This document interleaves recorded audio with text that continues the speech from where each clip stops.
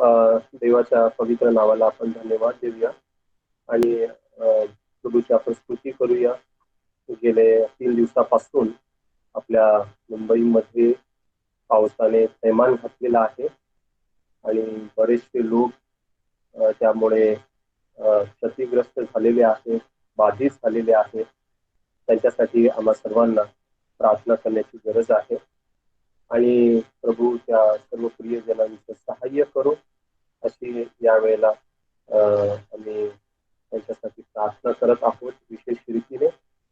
आणि माझा विश्वास आहे की देव गेल्या काही महिन्यांपासून आपल्याशी बोलत आहे आणि प्रभूचं वचनाचं जे कार्य आहे ते मोठ्या जोमाने प्रभू करत आहे विश्वासणाऱ्यांच्या जीवनामध्ये. आपण योहानाचा 15वा अध्याय गेल्या काही आठवड्यांपासून पाहत आहोत आणि अतिशय गौरवी गोष्टी प्रभूने आम्हाला या अध्यायातून आतापर्यंत शिकवलेल्या आहेत आणि कशा रीतीने पिता आणि पुत्र यांच्या नात्याचा गौरवी परिणाम विश्वासणाऱ्याच्या जीवनामध्ये त्यांना अनुभवायला मिळतो हे आपण आतापर्यंत पाहिलेलं आहे प्रियांनो.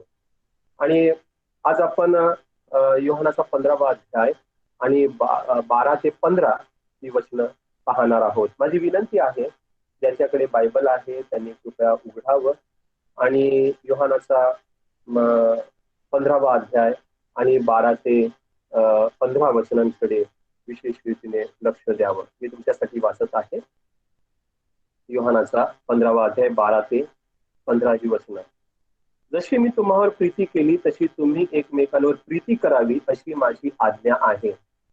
आपल्या मित्रांकरिता आपला प्राण द्यावा यापेक्षा कोणाची प्रीती मोठी नाही. मी तुम्हाला जे काही सांगतो ते तुम्ही कराल तर तुम्ही माझे मित्र आहात.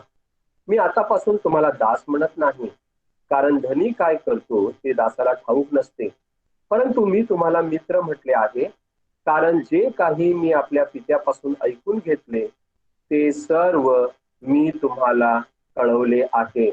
ते सर्व मी तुम्हाला कळवले आहे. असा आपला विषय आहे की ख्रिस्ताच्या मैत्रीमध्ये वाढत जाणं, प्रभू येशू ख्रिस्ताचं मित्र बनणं. प्रियानो, हा एक गौरवी सन्मान द्राक्षवेल आणि पाटे या नात्यातून प्रभू येशू ख्रिस्ताने विश्वासणाऱ्यांना दिलेला आहे. फार गौरवी हे नातं आहे द्राक्षवेल आणि फाट्याचं. आणि प्रियानो, त्याचा सुपरिणाम आम्हाला मैत्रीमध्ये कशा रीतीने तो परिवर्तित झालेला आहे, तो प्रदर्शित झालेला आहे ते आम्हाला पाहायला मिळतं. हे किती जवळचं नातं देवाने निर्माण केलेलं आहे ते आम्हाला पाहायला मिळतं आणि त्याकडे आपण लक्ष लावणार आहोत. परंतु त्याआधी मला तुम्हाला एक महत्वाची गोष्ट सांगायची आहे. बघा, प्रभू येशू ख्रिस्त आम्हाला या ठिकाणी माझे मित्र असं म्हणतो. त्याच्या आधी प्रभू येशू ख्रिस्ताने योहान 14:27 मध्ये त्याच्या लोकांना आपली शांती दिली. त्या ठिकाणी तो असं म्हणतो की मी आपली शांती तुम्हाला देतो. माझ्या शांतीविषयी म्हणजे ख्रिस्ताच्या शांतीविषयी तो सांगत आहे. आपली शांती म्हणजे माझी शांती. तर आम्हाला ख्रिस्ताची शांती तिथे पाहायला मिळते. त्याच्यानंतर आपण योहानाचा 15वा अध्याय म्हणजे जो आपण पाहत आहोत त्यामध्ये 9 आणि 10 वचनामध्ये प्रभू येशू ख्रिस्त असं म्हणतो 9व्या वचनामध्ये, माझ्या प्रीतीत राहा. जे आपण मागच्या वेळेला पाहिलेलं आहे, माझ्या प्रीतीत राहा. तर ख्रिस्ताची प्रीती आम्हाला इथे पाहायला मिळते. माझी प्रीती या शब्दातून ती व्यक्त होते. त्याविषयी आपण डिटेल अभ्यास केलेला आहे. 15:11 मध्ये प्रभू येशू ख्रिस्त असं म्हणतो, माझा आनंद, माझा आनंद, माझा आनंद तुम्हामध्ये असावा. अशा प्रकारचे शब्द आहेत आणि तुमचा आनंद परिपूर्ण व्हावा. तर तेथे माझा आनंद, ख्रिस्ताचा आनंद हा शब्द आपण पाहतो. आणि 15:14 मध्ये आपण माझा मित्र किंवा माझे मित्र हा शब्द आपण पाहतो. मी तुम्हाला जे काही सांगतो ते तुम्ही कराल तर तुम्ही माझे मित्र आहात. प्रत्येक विश्वासणाऱ्याला तो माझा मित्र असं म्हणतो. माझा मित्र म्हणजे प्रभू येशू ख्रिस्ताचा मित्र. प्रियांनो, किती गौरवी गोष्टी आम्हाला या ठिकाणी पाहायला मिळतात. या द्राक्षवेल आणि पाटे या संबंधीचा हा जो भाग आहे त्यामध्ये हा एक परमोच्च बिंदू आम्हाला पाहायला मिळतो. परंतु हा परमोच्च बिंदू गाठण्याच्या आधी प्रभू येशू ख्रिस्ताने आनंदाविषयी सांगितलेला आहे. आणि त्याकडे एका मुद्द्याकडे जो आपण मिस केला होता त्याकडे मी तुमचं लक्ष वेधू इच्छितो. बघा, ज्या मैत्रीमध्ये आनंद नाही ती मैत्री होऊ शकत नाही. मैत्रीमध्ये आनंद पाहिजे, परंतु प्रभू येशू ख्रिस्त जो आनंद देऊ इच्छितो तो या जगातल्या लोकांसारखा आनंद नाही. जगातले लोक जगिक आनंद सेलिब्रेट करतात आणि त्या आनंदामध्ये उतार चढाव असतात आणि मैत्रीतून लोक एकमेकांना दुःख देखील खूप देतात. परंतु प्रभू येशू ख्रिस्ताची जी मैत्री आहे त्याने जे म्हटलेलं आहे माझे मित्र या शब्दामध्ये, जी मैत्री आहे त्या मैत्रीमधला आनंद हा स्वर्गीय आनंद आहे आणि तो परिपूर्ण ते परिपूर्ण करणारा असा आनंद आहे.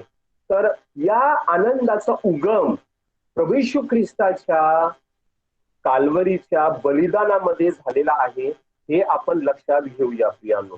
प्रभू येशू ख्रिस्ताच्या अर्पणातून हा आनंद आमच्या जीवनामध्ये आलेला आहे. यशया संदेश त्याने त्याचं वर्णन फार सुंदर रीतीने केलेलं आहे.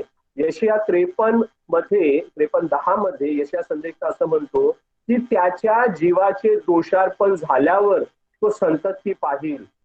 प्रियानो, देवाने त्या दोषार्पणाचं फलित या ठिकाणी दाखवलेलं आहे. त्याचं दोषार्पण झाल्यावर तो संतती पाहिल, तो दीर्घायू होईल, त्याच्या हातून परमेश्वराचा मनोरथ सफळ होईल. प्रियांनो, ख्रिस्ताच्या दोषार्पणातून म्हणजे त्याचं जे होमार्पण झालं त्याच्यामधून देवाने संतती प्राप्तीचा गौरवी आनंद पुत्राला देऊ केला. हा पित्याचा आनंद आहे आणि ही लेकरं देवाने पुत्राला देणगी स्वरूपामध्ये दिलेली आहे. आणि पुत्र पहा या मुलांविषयी काय म्हणतो, इब्री 2:13 मध्ये प्रभू येशू ख्रिस्त असं म्हणतो, पहा मी व देवाने मला दिलेली ही मुले. किती गौरवी हे वचन आहे प्रियानो. आणि आम्हाला या ठिकाणी पाहायला मिळतं की प्रभू येशू ख्रिस्ताच्या बलिदानातून पित्याच्या मनाला हा आनंद मिळाला. प्रभू येशू ख्रिस्ताच्या बलिदानाचं फलित असं तुम्ही आणि मी आहोत, देवाची संतती आहे प्रियानो. आणि यशाच्या 53व्या अध्यायाच्या 11 वचनामध्ये म्हणजे त्याच्या पुढच्याच वचनामध्ये, मागाशी आपण जे वचन पाहिलं त्याच्या पुढच्या वचनामध्ये असं म्हटलेलं आहे की त्याच्या म्हणजे प्रभू येशू ख्रिस्ताच्या जीवाच्या वेदना सरल्यावर तो त्यांचं फळ पाहिल, तो त्यांचं फळ पाहिल. आणि पुढे म्हटलेलं आहे समाधान पावे. प्रियानो, या ठिकाणी आम्हाला देव पित्याचा आनंद पाहायला मिळतो. हा आनंद देव त्याच्या लेकरांवर उधळतो. किती गौरवी गोष्ट. उदया पुत्र जेव्हा पित्याकडे आला आणि पित्याने त्याला आलिंगन दिलं, त्याला वस्त्र घालायला दिले, त्याला जोडे दिले, त्याच्यासाठी कोकरा कापला आणि तुम्हाला माहिती आहे तो असं म्हणाला चला आपण हर्ष आणि आनंद करू. पित्याचा आनंद प्रियानो, तो आनंद देवाने त्याच्या लेकरांना दिलेला आहे आणि तोच आनंद पुत्राचा सुद्धा आहे. म्हणून प्रभू येशू ख्रिस्त असं म्हणतो, माझा आनंद तुम्हामध्ये असावा आणि तुमचा आनंद परिपूर्ण व्हावा. आणि प्रभू येशू ख्रिस्ताच्या बलिदानामुळे जी तुम्ही आणि मी देवाची लेकरं आहोत ती आम्ही नीतिमान ठरलो. आदाम आणि हवेने नीतिमत्वाचं वस्त्र गमावलं म्हणून त्यांना जाणीव झाली की ते नग्न आहे. परंतु प्रभू येशू ख्रिस्ताच्या त्या क्रुसावरच्या बलिदानामुळे आम्हाला नीतिमत्वाचं वस्त्र पुन्हा देण्यात आलं. यानो, प्रभू येशू ख्रिस्ताने ते बलिदान केलं त्यामुळे आम्ही नीतिमान ठरलो आणि हा नीतिमान ठरल्याचा जो आनंद आहे तो प्रभू येशू ख्रिस्ताच्या द्वारे आम्हाला मिळालेला आहे. हा दुसऱ्या प्रकारचा आनंद आहे. तिसऱ्या प्रकारचा आनंद आहे प्रभू येशू ख्रिस्ताच्या बलिदानामुळे आम्ही थेट परमेश्वराच्या उपस्थितीमध्ये राहण्याच्या योग्यतेने ठरलेलो आहोत. आणि परमेश्वराच्या उपस्थितीमध्ये आनंदाचा उगम तर आहेच आहे, परंतु आनंदाची परिपूर्णता आहे. आनंदाची परिपूर्णता प्रभू देवाच्या उपस्थितीमध्ये आहे. स्तोत्र 16:8 मध्ये असं म्हटलेलं आहे, मी आपल्या पुढे परमेश्वराला नित्य ठेवले आहे. पियानो, तो आनंद, परमेश्वराच्या उपस्थितीमध्ये राहण्याचा आनंद देवाने आपल्याला दिलेला आहे. किती गौरवी आनंद आहे. मी आपल्या पुढे परमेश्वराला नित्य ठेवले आहे, तो माझ्या उजवीकडे आहे म्हणून मी ढळणार नाही. आणि 16:9 मध्ये, स्तोत्र 16:9 मध्ये असं म्हटलेलं आहे, माझे हृदय आनंदित झाले आहे, माझा आत्मा उल्हासतो. परमेश्वराच्या उपस्थितीमध्ये देवाने आम्हाला आणलेला आहे. आणि हा आनंद त्यामुळे पराकोटीचा आनंद झालेला आहे. प्रियानो, ही गौरवी गोष्ट आम्हाला या ठिकाणी पाहायला मिळते. द्राक्षवेल आणि फाटा यांच्या परस्पराच्या अनुभवातून देव आम्हाला कशा रीतीने स्वर्गीय आनंद देतो, पिता पुत्र आणि विश्वासणारे हे कसे एकमेकांच्या संगतीमध्ये हा आनंद उपभोगतात, हे प्रभूला या द्राक्षवेलाच्या उदाहरणातून आमच्या पुढे मांडायचं आहे. आध्यात्मिक स्वर्गामध्ये जे काही आम्ही अनुभवणार आहोत त्याचा पूर्व चव, त्याचा पूर्वानुभव आम्ही या भूतलावर घ्यावा अशी देवाची इच्छा आहे प्रियांनो. आणि त्यामुळे प्रभू येशू ख्रिस्ताने द्राक्षवेल आणि फाटा हे उदाहरण आमच्या पुढे ठेवलेलं आहे. प्रभू येशू ख्रिस्ताने जेव्हा आपल्या शिष्यांना प्रार्थना शिकवली तेव्हा प्रभू येशू ख्रिस्त काय म्हणाला, जसे स्वर्गात तसे पृथ्वीवरही. हे हा त्या प्रार्थनेतला एक भाग आहे. तर स्वर्गामध्ये जे भविष्यात घडणार आहे त्याचा पूर्वानुभव, त्याची चव देव त्याच्या लेकरांना या जगामध्ये देत आहे आणि तो आनंद वाढत जावा अशी देवाची इच्छा आहे. बघा, प्रभू येशू ख्रिस्ताने त्याच्या लोकांना नियमाने जखडलेलं नाहीये, आपण नियमाने बांधलेले नाहीये. आपल्याला प्रभू येशू ख्रिस्ताने त्याच्या कृपेने त्याचे लोक केलेला आहे आणि त्याच्या प्रीतीने आम्हाला जिंकलेला आहे. त्याच्यामुळे त्याची कृपा आम्हाला सतत एका गोष्टीची आठवण करून देते की आमची काही एक लायकी नव्हती, काही एक पात्रता नव्हती, काही एक योग्यता नव्हती, तरी देवाने आम्हाला ख्रिस्ताच्या आणि पित्याच्या गोष्टींचा वाटा दिलेला आहे. ही गौरवी गोष्ट आहे. आणि आनंदामध्ये आणखी एक गौरवी आनंद आहे, तो म्हणजे विजयाचा आनंद. प्रियानो, देवाने तुम्हाला आणि मला विजयाचा आनंद दिलेला आहे. आणि रोमकराच्या पत्रामध्ये 8:37 मध्ये आम्हाला ही गोष्ट पाहायला मिळते, ज्याने आपल्यावर प्रीती केली त्याच्या योगे या सर्व गोष्टी आपण महाविजयी ठरतो.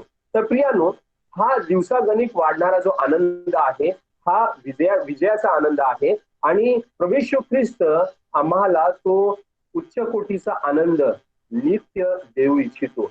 जितकं तुमचं आणि माझं देवावरचं नातं भक्कम होत जातं, तगडं होत जातं, स्ट्रॉंग बनत जातं, तितका हा आनंद पुढच्या पातळीवर जात राहतो. नेक्स्ट लेवलवर जाणारा हा आनंद आहे प्रियानो. आणि ही गौरवी गोष्ट आम्हाला या ठिकाणी पाहायला मिळते, जी आम्ही प्रत्येकाने लक्षात ठेवायला पाहिजे. तर आपण 4 गोष्टी पाहिल्या. पहिली गोष्ट म्हणजे प्रभू येशू ख्रिस्ताच्या बलिदानातून हा आनंद उत्पन्न झालेला आहे. क्रूसावरच्या त्या दोषार्पणातून हा आनंद उत्पन्न झालेला आहे प्रियानो. दुसरी गोष्ट आम्ही पाहिली की प्रभू येशू ख्रिस्ताच्या रक्तामुळे आम्ही नीतिमान ठरल्याचा हा आनंद आहे. तिसरी गोष्ट आम्ही पाहिली, देवाच्या उपस्थितीमध्ये आल्यामुळे हा आनंद देवाने आमच्या जीवनात सोडलेला आहे. आणि चौथी महत्वाची गोष्ट आम्ही पाहिली, हा विजयाचा आनंद आहे. प्रियानो, या आनंदामध्ये आपण जयोत्सव करूया. द्राक्षवेल आणि फाटा, प्रियानो, त्यांच्यामध्ये देवाने या आनंदाची उत्पत्ती केलेली. खरा आनंद येथे आहे, ही गोष्ट आम्ही या ठिकाणी लक्षात घेऊया प्रियानो. आता आपण 12 वचन मागच्या वेळेला आपण पाहिलं होतं. 13व्या वचनाकडे आपण येणार आहोत. आणि या 13व्या वचनामध्ये आम्ही एक महत्वाची गोष्ट पाहतो.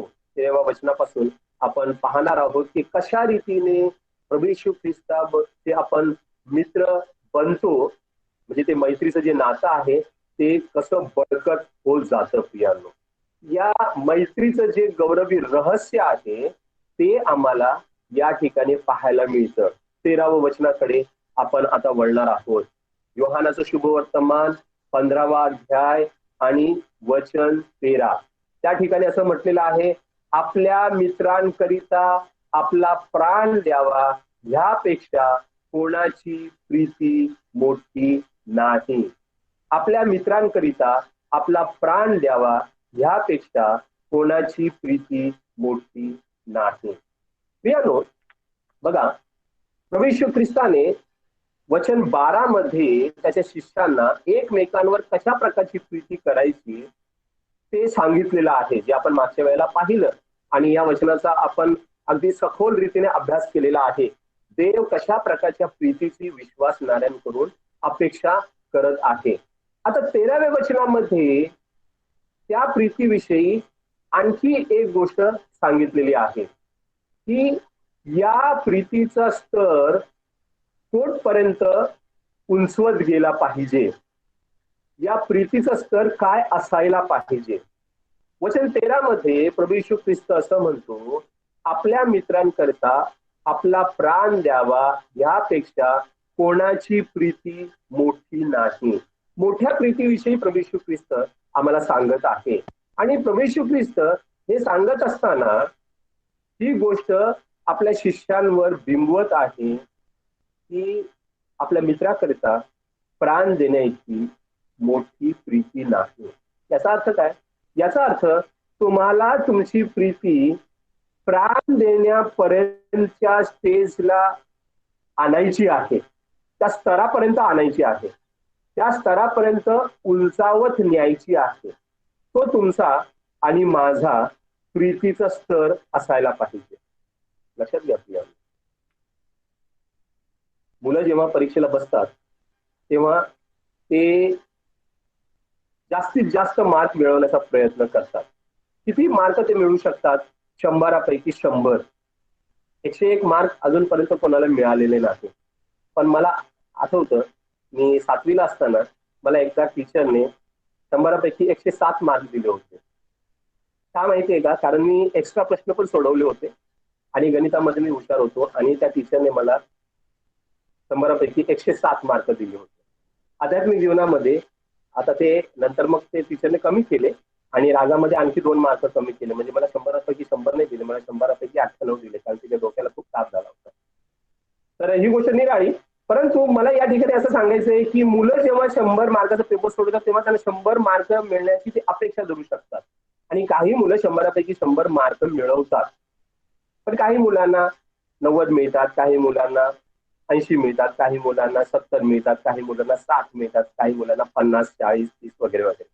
ओके, तर या ठिकाणी आम्हाला प्रभू येशू ख्रिस्त असं म्हणत आहे की ते 100%ची ती लेवल आहे. कोणती लेवल आहे? प्राण देण्याची. त्या स्टेज पर्यंत तुमची प्रीती तुम्हाला वाढवत वाढवत न्यायची आहे.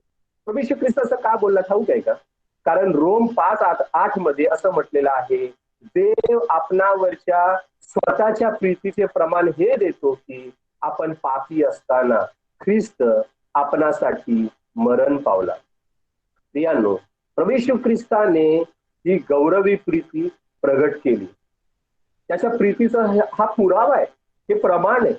आणि आम्ही पापी असताना, आणि या शब्दाचा उलगडा करताना, म्हणजे या शब्दाला आणखी एका शब्दाची जोड देताना पौल 10व्या वचनामध्ये असं म्हणतो, म्हणजे रोम 5:10 मध्ये असं म्हणतो, आपण शत्रू असता देवाबरोबर त्याच्या पुत्राच्या मृत्यूद्वारे समेट झाला. प्रियांनो, किती गौरवी गोष्ट आम्हाला या ठिकाणी पाहायला मिळते.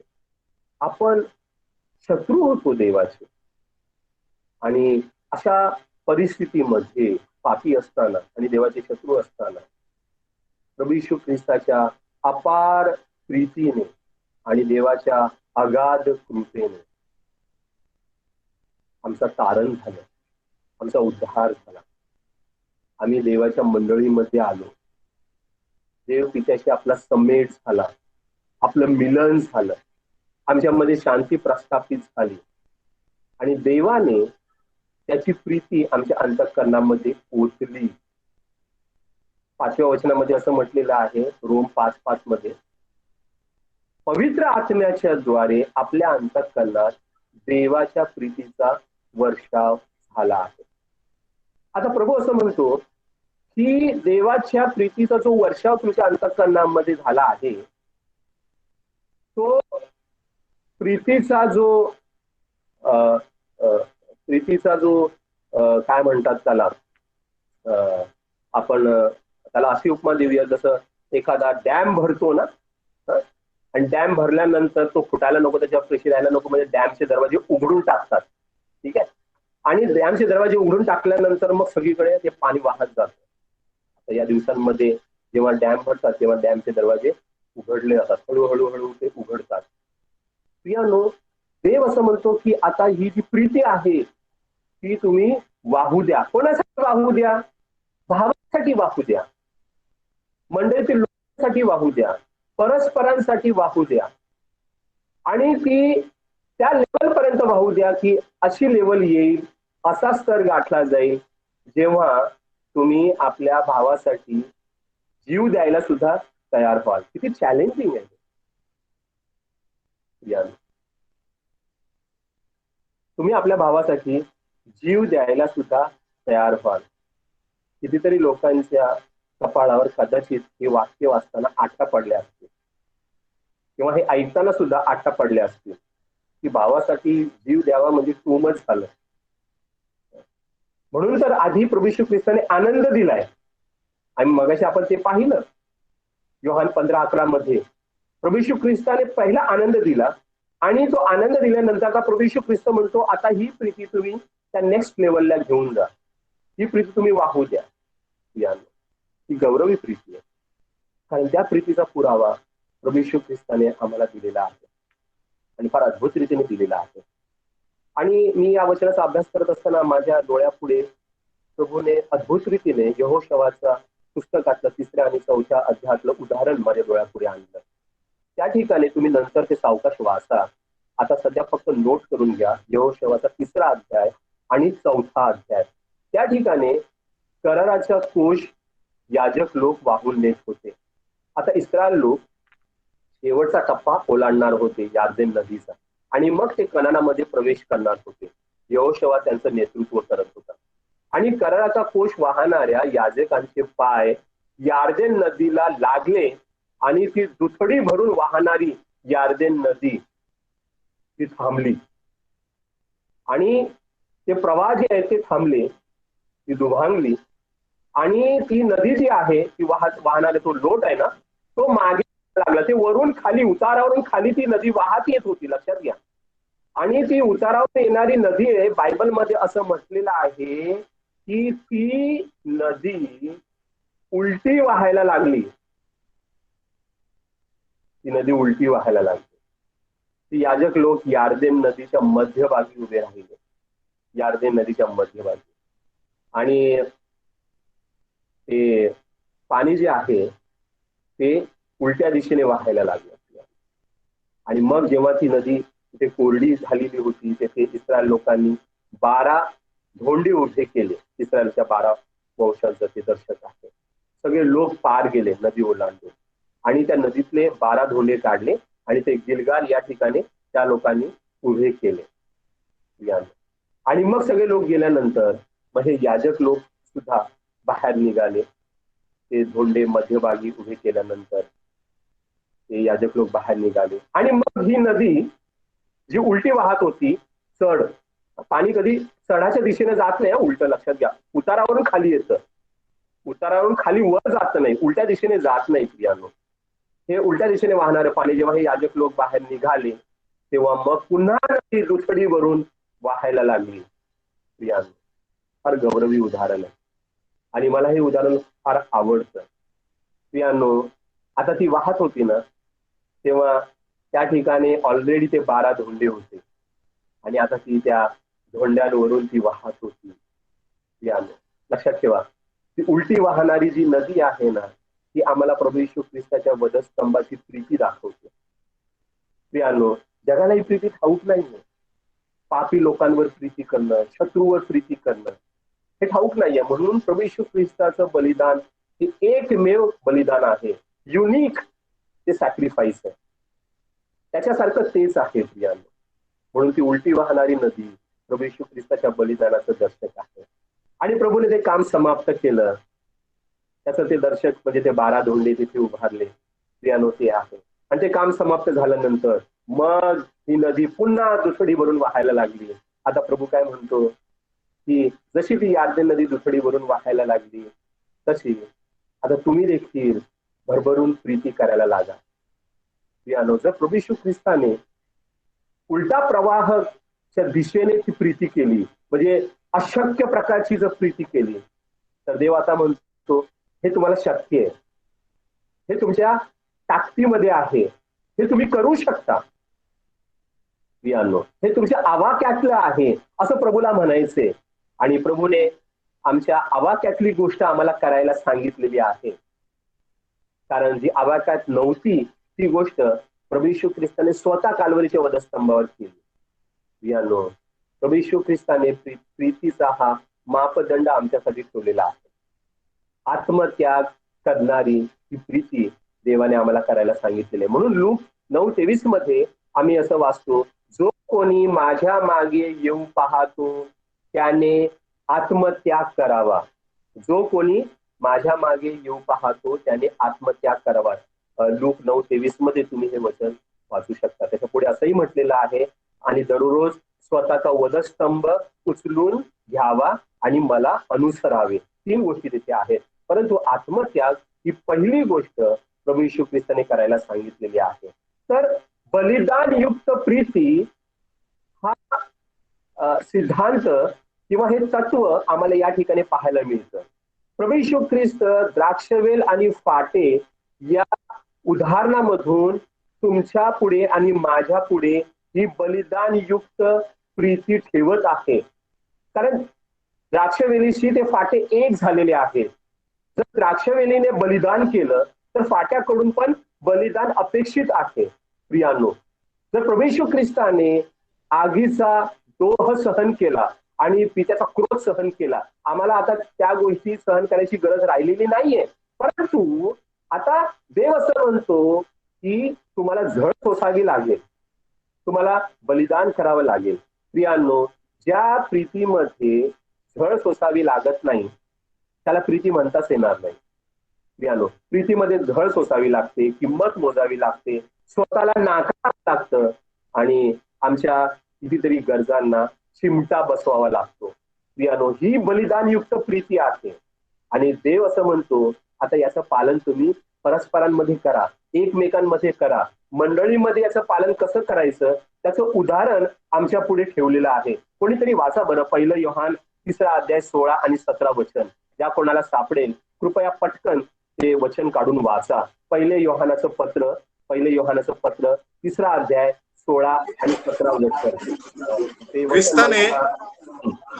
ख्रिस्ताने आपल्या करिता स्वतःचा प्राण अर्पिला, यावरून आपल्याला प्रीतीची जाणीव झाली आहे. तेव्हा आपणही आपल्या बंधूकरिता स्वतःचा प्राण अर्पिला पाहिजे.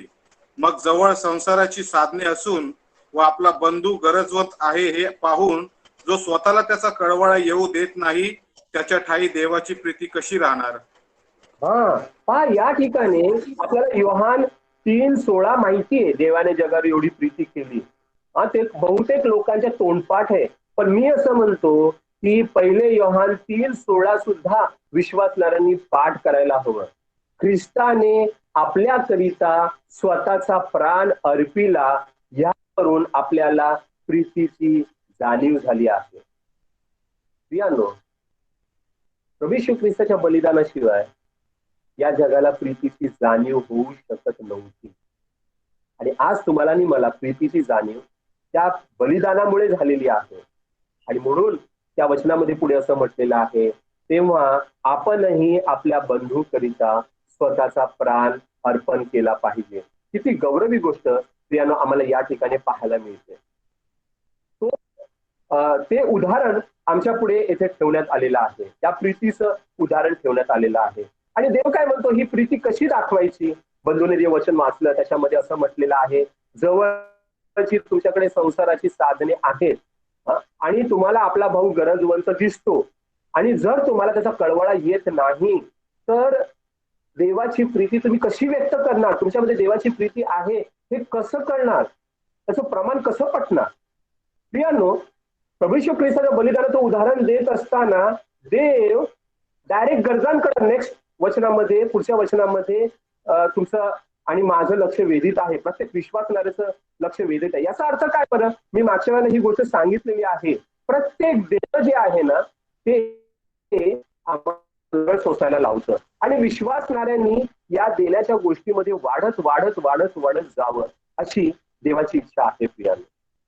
आणि ही फार महत्वाची गोष्ट आहे जी तुम्हाला आणि मला शिकण्याची गरज आहे प्रियांनो. दोन प्रकारचे विश्वास बायबलमध्ये सांगितलेले आहेत. एक विश्वास आहे क्रियाशील विश्वास आणि दुसरा विश्वास आहे अक्रियाशील विश्वास.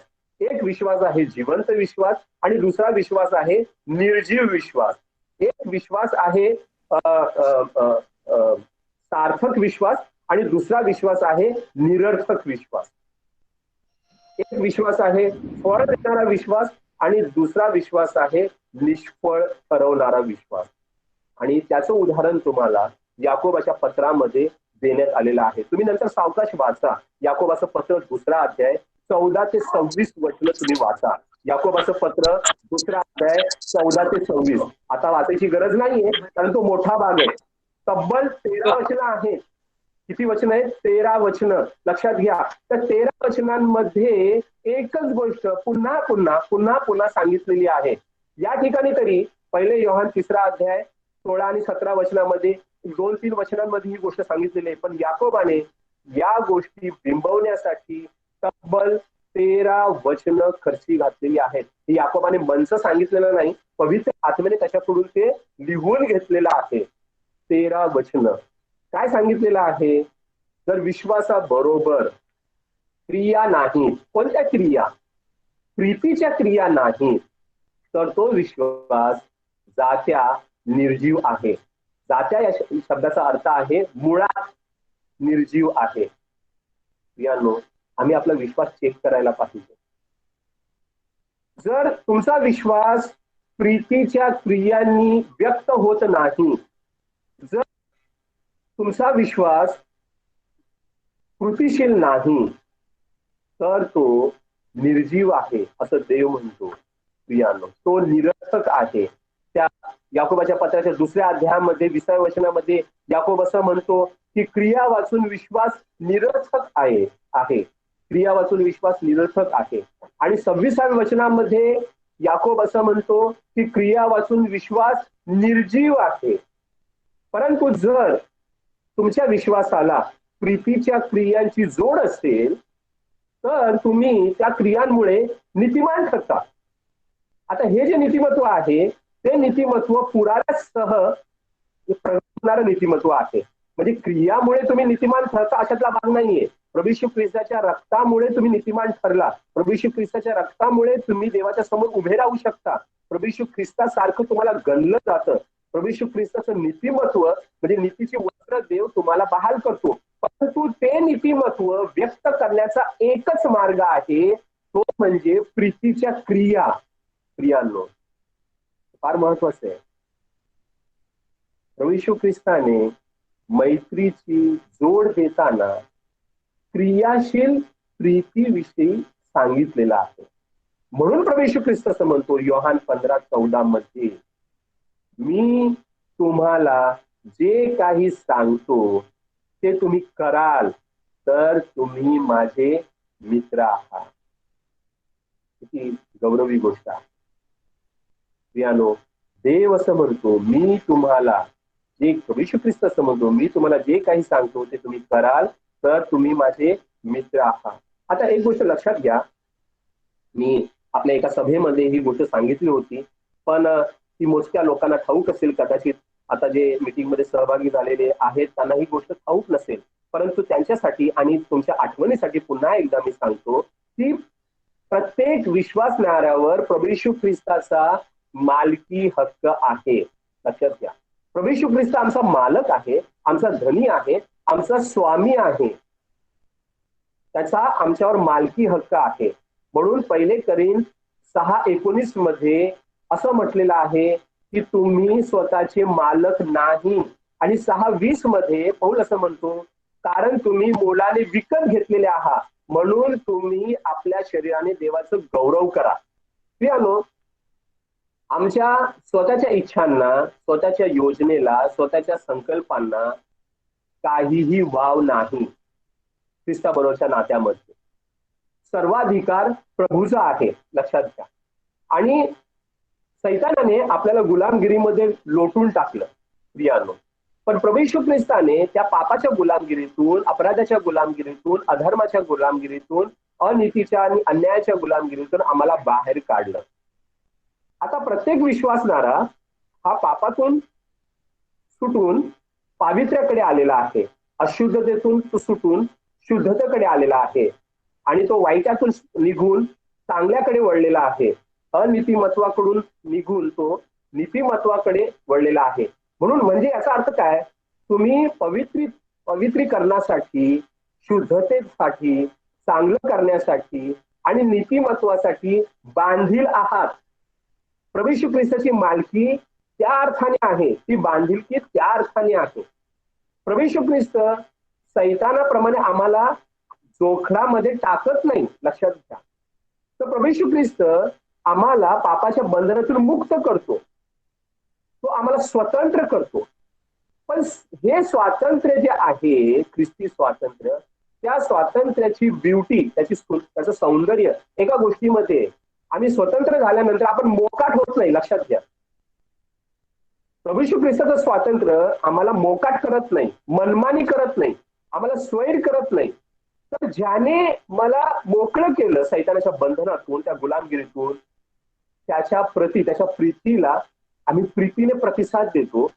आणि आपण स्वतःहून, स्वतःच्या इच्छेने, स्वखुशीने, आनंदाने, हर्षाने, उत्सुकतेने आणि संपूर्ण हृदयाने त्याच्या नीतिमत्वाची गुलाम बनतो, लक्षात घ्या.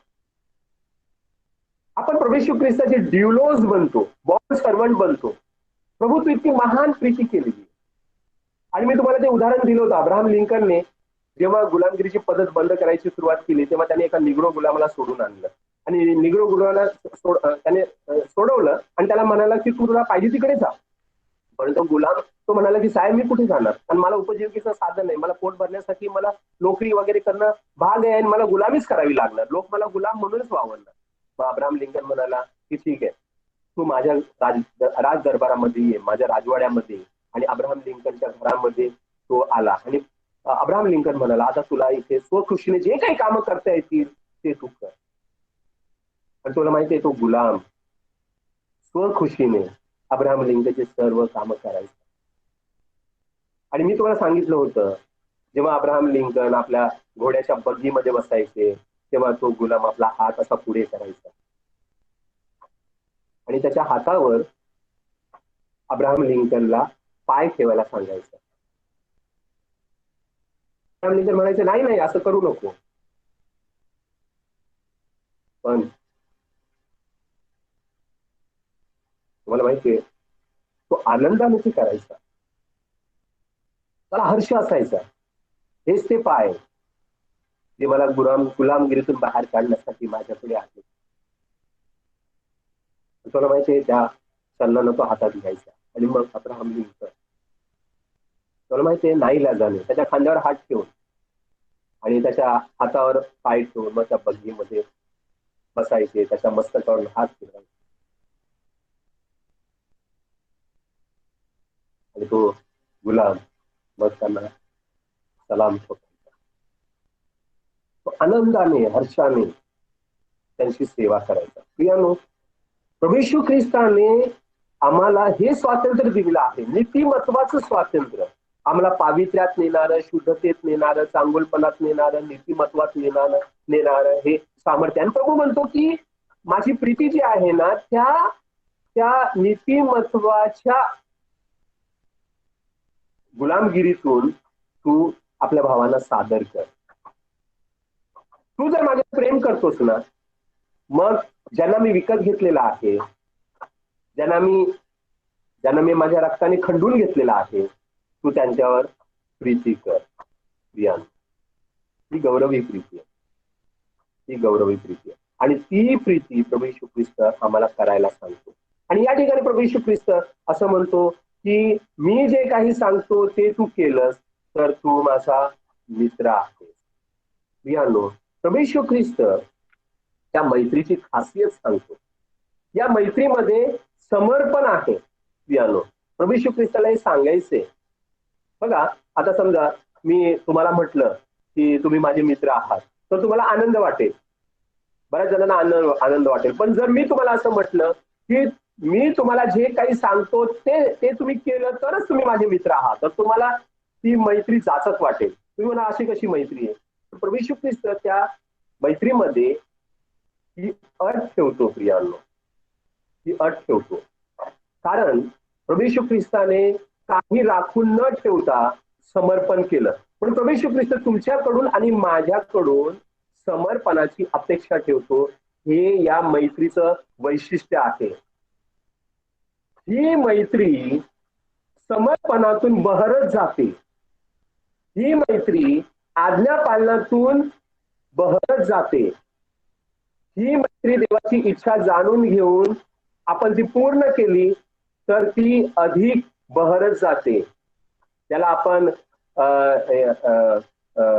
जे आपण जे फळ, जे वृक्ष जेव्हा फळ धारण करतं किंवा एखाद्या फुलांच्या झाडाला जेव्हा मोहर वगैरे येतो तेव्हा आपण म्हणतो की झाड बघा किती छान बहरलं आणि या झाडाला पहा मोहर आला. प्रियांनो, तसा जो मैत्रीला मोहर येणं जो प्रकार आहे किंवा मैत्रीला बहर येणं हा जो प्रकार आहे तो तेव्हाच घडतो जेव्हा तुम्ही आणि मी प्रभू येशू ख्रिस्ताच्या आज्ञा पाळतो.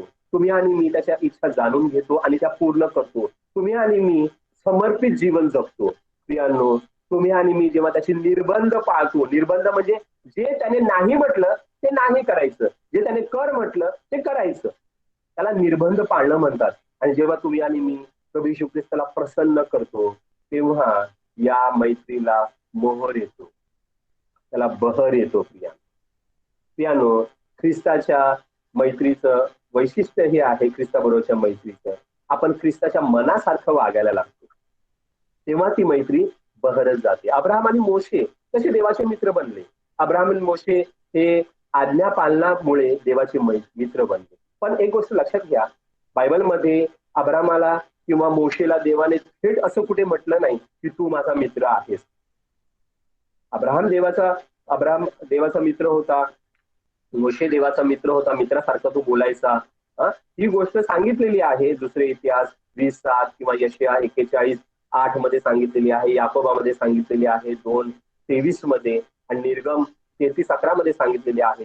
परंतु थेट देव त्यांना असं बोलला नाही की तू माझा मित्र आहेस वगैरे वगैरे. पण येथे नवीन करारामध्ये आम्हाला ही गौरवी गोष्ट पाहायला मिळते. प्रियांनो, प्रभू येशू ख्रिस्त त्या आपल्या शिष्यांना त्यांच्या मुखावर सांगत आहे, तुम्ही माझे मित्र आहात. मैत्री हा देवाने त्याच्या लोकांना दिलेला खास दर्जा आहे, विशेष दर्जा आहे, विशेष सन्मान आहे आणि तो देवाने तुमचा आणि माझा केलेला आदर आहे. तर त्या सन्मानाला, त्या आदराला योग्य असं जीवन जगणं तुमचं आणि माझं कर्तव्य आहे. त्यानो बघा, एखादा मुलगा बापाच्या आज्ञा पाळतो तेव्हा तो बापाचा मित्र बनतो. आज्ञा मोडणारा मुलगा जो आहे ना तो बापाचा फक्त मुलगा म्हणून राहतो, तो मित्र बनू शकत नाही, कारण बाप त्याच्यावर खुश नसतो. आज्ञा पाळणाऱ्या मुलाजवळ बाप आपलं हृदय मोकळं करतो. त्या बापाला त्या मुलावर भरोसा आहे आणि तो बाप जो आहे ना त्या आज्ञा पाळणाऱ्या मुलाला आपल्या मनातल्या गोष्टी सांगतो, आपल्या भविष्यातल्या योजना सांगतो, त्याला आपले संकल्प सांगतो, त्याच्या मनात काही गुजर रहस्य असतील ते सांगतो. देव सुद्धा आपल्या लेकरांच्या बाबतीमध्ये असंच करतो. मैत्री हे देवाचं कृपादान आहे.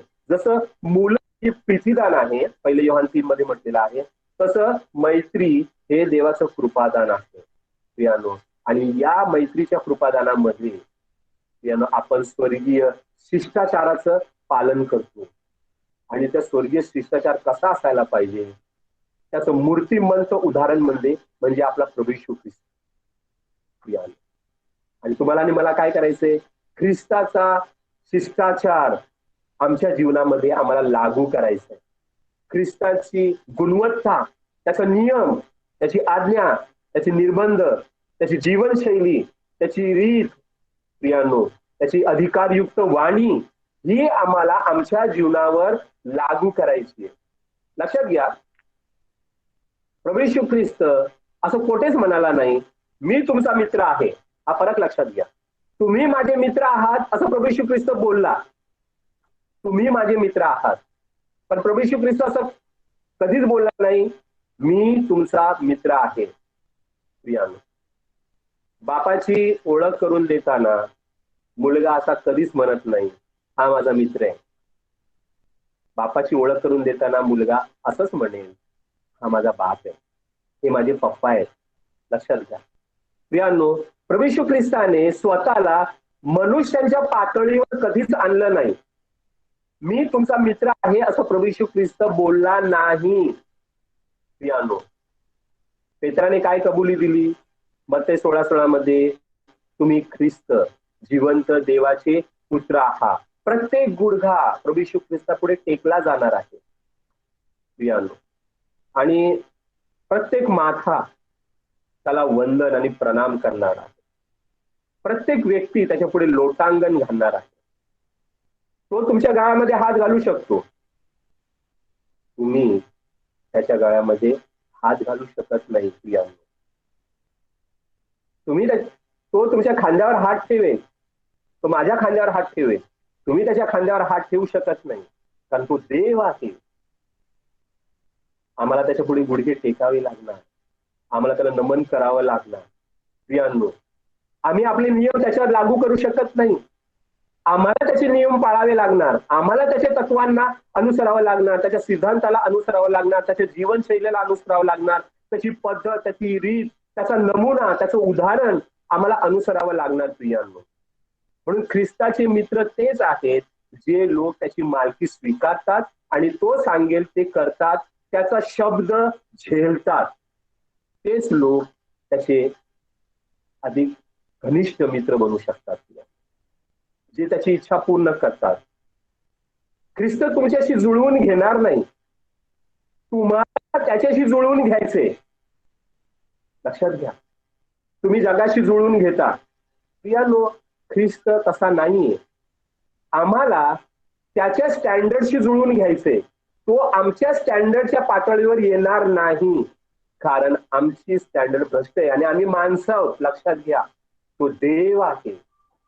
म्हणून आम्ही ही गोष्ट लक्षात ठेवणं प्रियांनो फार गरजेचं आहे.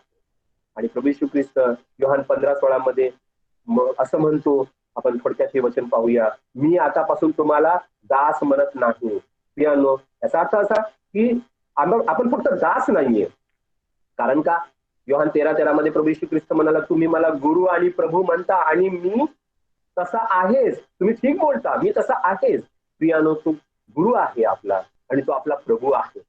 परंतु प्रभू येशू ख्रिस्त त्या योहान 15:16 मध्ये पुढे असंही म्हणतो की धनी काय करतो ते दासाला ठाऊक नसतं.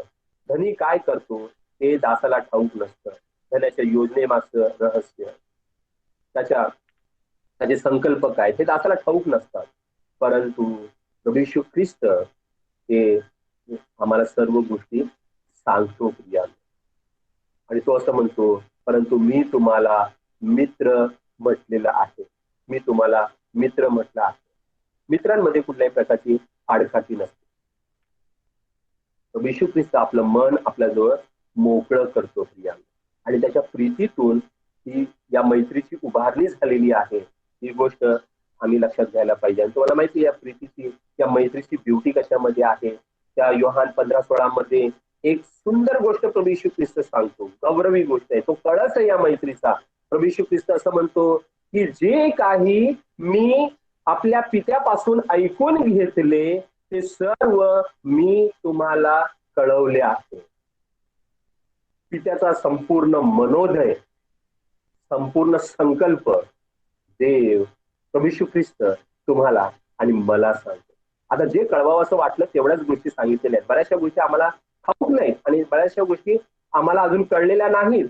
परंतु प्रभू येशू ख्रिस्ताने वचन दिले, आता तुम्हाला कळत नाही परंतु भविष्यात ते तुम्हाला कळेल. भविष्यामध्ये बऱ्याचशा गोष्टींचा उलगडा प्रभू आमच्यासाठी करणार आहे. प्रियांनो, आणि प्रियांनो, या मैत्रीमध्ये आम्ही ही गौरवी देवाणघेवाण पाहतो माहितीची. पित्याच्या विषयीची गौरवी रहस्य प्रभू येशू ख्रिस्ताने आमच्यापर्यंत पोहोचवली. आणि प्रियानो, आमच्यासाठी तो महान ठेवा आहे आणि ते गौरवी प्रगटीकरण आहे. आणि देवाच्या वचनातून देवाने ते ज्ञान आमच्या पुढे ठेवलेलं आहे. आम्ही ईश्वरी प्रगटीकरणाचे वाटेकरी झालेलो आहोत या मैत्रीच्या नात्यामुळे प्रियानो.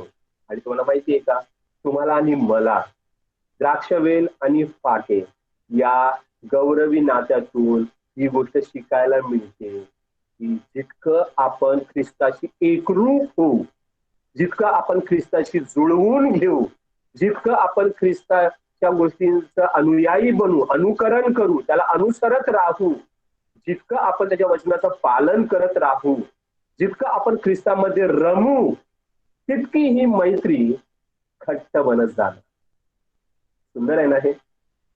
तितकी ही मैत्री बहरत जाणार, तितका त्या द्राक्षवेलीच्या फाट्यांना मोहर येणार आणि तितकं त्यांना अधिक फळ येणार. सुंदर आहे ना हे रहस्य? प्रियानो, हे रहस्य आपल्या हृदयाशी बाळगून ठेवूया आणि प्रियानो, आपण निर्णय घेऊया. प्रभू, या मैत्रीत मला वाढायचंय, या मैत्रीत मला वाढायला मदत कर. प्रियानो, देवा ख्रिस्ताच्या रक्ताच्या द्वारे आणि त्याने स्थापन केलेल्या नीतिमत्वातून ही मैत्री प्रस्थापित झालेली आहे. पण तुम्हाला माहिती आहे का, या मैत्रीत पावित्र्य जसं वाढत जातं, शुद्धता, नीतिमत्व वाढत जातं प्रियानो. आणि जितकं आम्ही या चांगुलपणामध्ये वाढत जातो ख्रिस्ताच्या, ती घट्ट घट्ट घट्ट होत जाते. जितकं आम्ही सरेंडर होतो, जितकं आम्ही सबमिट होतो, जितकं आम्ही त्याच्या स्वाधीन होतो, त्याला शरण जातो, आणि जितकं आमच्यातील मीपणा घटत जातो, जितकं आमच्यातील आत्मत्याग वाढत जातो प्रियानो, तितकी ही मैत्री बहरत जाते. तर तुम्हाला माहिती आहे का, आम्हाला या मैत्रीच्या बहरण्यासोबतच एकमेकांवर देखील प्रीती करत जायचे, कारण तो घटक देखील फार महत्वाचा आहे मैत्रीतला. प्रियानो, ती मैत्री, ख्रिस्ताबरोबरची मैत्री घट्ट घट्ट घट्ट तेव्हा होते जेव्हा ख्रिस्ताच्या प्रीतीचा लाभ आमच्या जीवनातून, तुमच्या आणि माझ्या जीवनातून आमच्या सहबंधूजनांना मिळतो. तेवढ्यासाठी देवाने मंडळीमध्ये गरजू लोक ठेवले. त्याच्यासाठी प्रीतीची कसरत करायला, प्रीतीची कसरत करत जा आणि ख्रिस्ताच्या नात्यामध्ये म्हणजे मैत्रीमध्ये वाढत जा. जितकी तुम्ही प्रीतीची कसरत कराल, जितके तुमच्या नजरेस गरीब, गरजवंत आणि असे कंगाल बंधूजन पडतील, नजरेस येतील, आणि जितकं तुम्ही अधिक त्यांच्यासाठी करायला लागाल, प्रीतीही वाढत जाईल, मैत्रीही वाढत जाईल. आहे ना सुंदर? प्रियानो, प्रभू येशू ख्रिस्ताने अप्पर लेवलला ही मैत्री नेलेली आहे. आम्हाला त्या लेवल पर्यंत वाढायचंय, एक एक स्टेप आम्हाला पुढे पुढे वाढत जायचंय.